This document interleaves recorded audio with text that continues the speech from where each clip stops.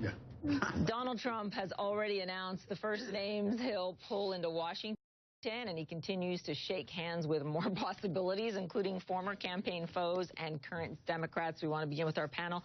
Bernard Whitman is a Democratic strategist and the author of 52 Reasons to Vote for Hillary Clinton. How's that book doing right now? Steve Lonigan is a spokesperson for the Courageous Conservative PAC, and he's the former director for the Ted Cruz campaign in New Jersey.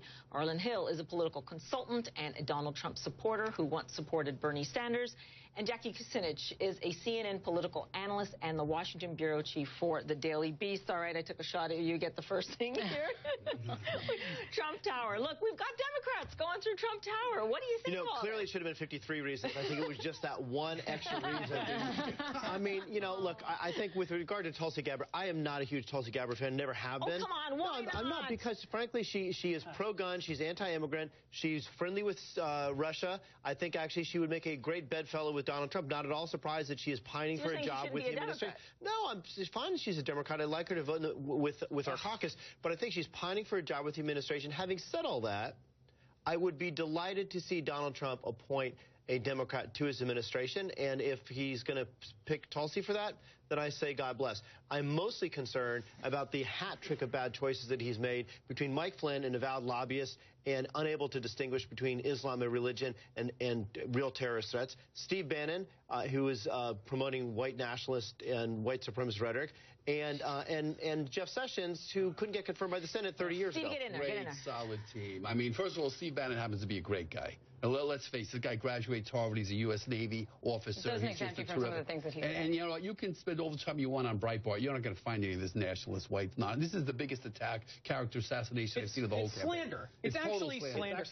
And that is what you've just done to Tulsi Gabbard, needs to attack somebody. I totally agree with you. This is what you've just done to Tulsi Gabbard. It's because she was not subordinate during the Democratic primary. She refused to support Hillary Clinton, who's a warmonger, and Tulsi's on the record saying that she's afraid of neocons coming back to the surface and running this country, which was what Hillary Clinton was. So if there's anybody that's been ideologically consistent throughout this entire process on the Democratic side, it's somebody like Tulsi Gabbard. And the fact that you're slandering her as anti-immigrant is offensive. It's offensive. She refused to allow even Syrian refugees to come into the United States. But what you're seeing here, and you're seeing it right now, is that conservatives are fighting back for the first time ever, and the liberal left doesn't know what to do about it. We've taken a page right out of the Solinsky handbook and are kicking right back in their face. The left is falling apart. They don't know what to do. You can see the acrimony just here around the table. The team hasn't even been put together. Acrimony, it's called we're winning. But, okay. You could interrupt again. Great winner.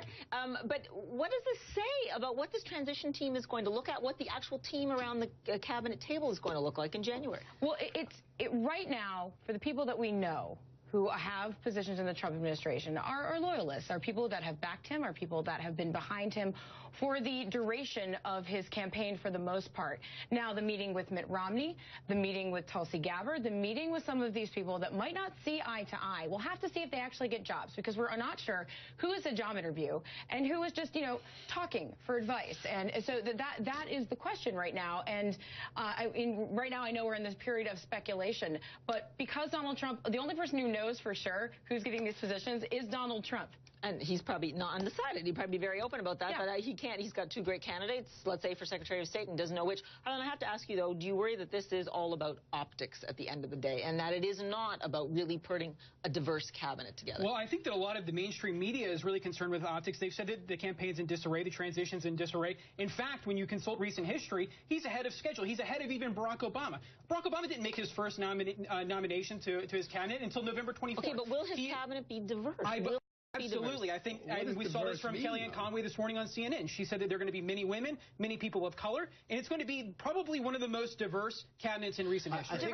I think the most important thing is we have competent people in the cabinet. And if that's a diverse cabinet, that's fine with me. But he wants to have the very best person he can in every single position. Donald Trump's a businesman. He understands that. And you know what? The world is liking it, because as I stepped up to this platform a few minutes ago, the stock market hit 18,940.47, record high in the history of the stock market. We were told, just like with Brexit, that if he were to be elected, the dollar would crash, the markets across the globe would crash. And what's happened? The dollar's at people are energized. I think what we are seeing is what is going to happen for the next 4 years. We are going to have a reality TV presidency. That's absolutely what we should expect. Everything gets played out for the cameras, except one person's missing from that. Donald Trump, who could never not find a mic that he wanted to see, has not actually played out for the cameras. People are being paraded in front. Let Jackie get in here. And he has not addressed the reporters yet. Let Jackie get in here. Thank you. Okay. So what he hasn't done is Obama had a rollout for a lot of his nominees. He hasn't played this in front of the cameras, and it actually makes it very different. He has rolled out some of these folks and kind of allowed the media to vet them and not really talked about openly their credentials. So it's a very interesting dynamic playing out here, whereas, Obama had a press conference and would, introduce them himself. Listen, I had to call a timeout. We will be back. Coming up, can Donald Trump, the businessman, cut ties with Donald Trump, the president? The panel gets into that. I bet you can't wait. Timeout. That's a good point. Ding, ding, ding.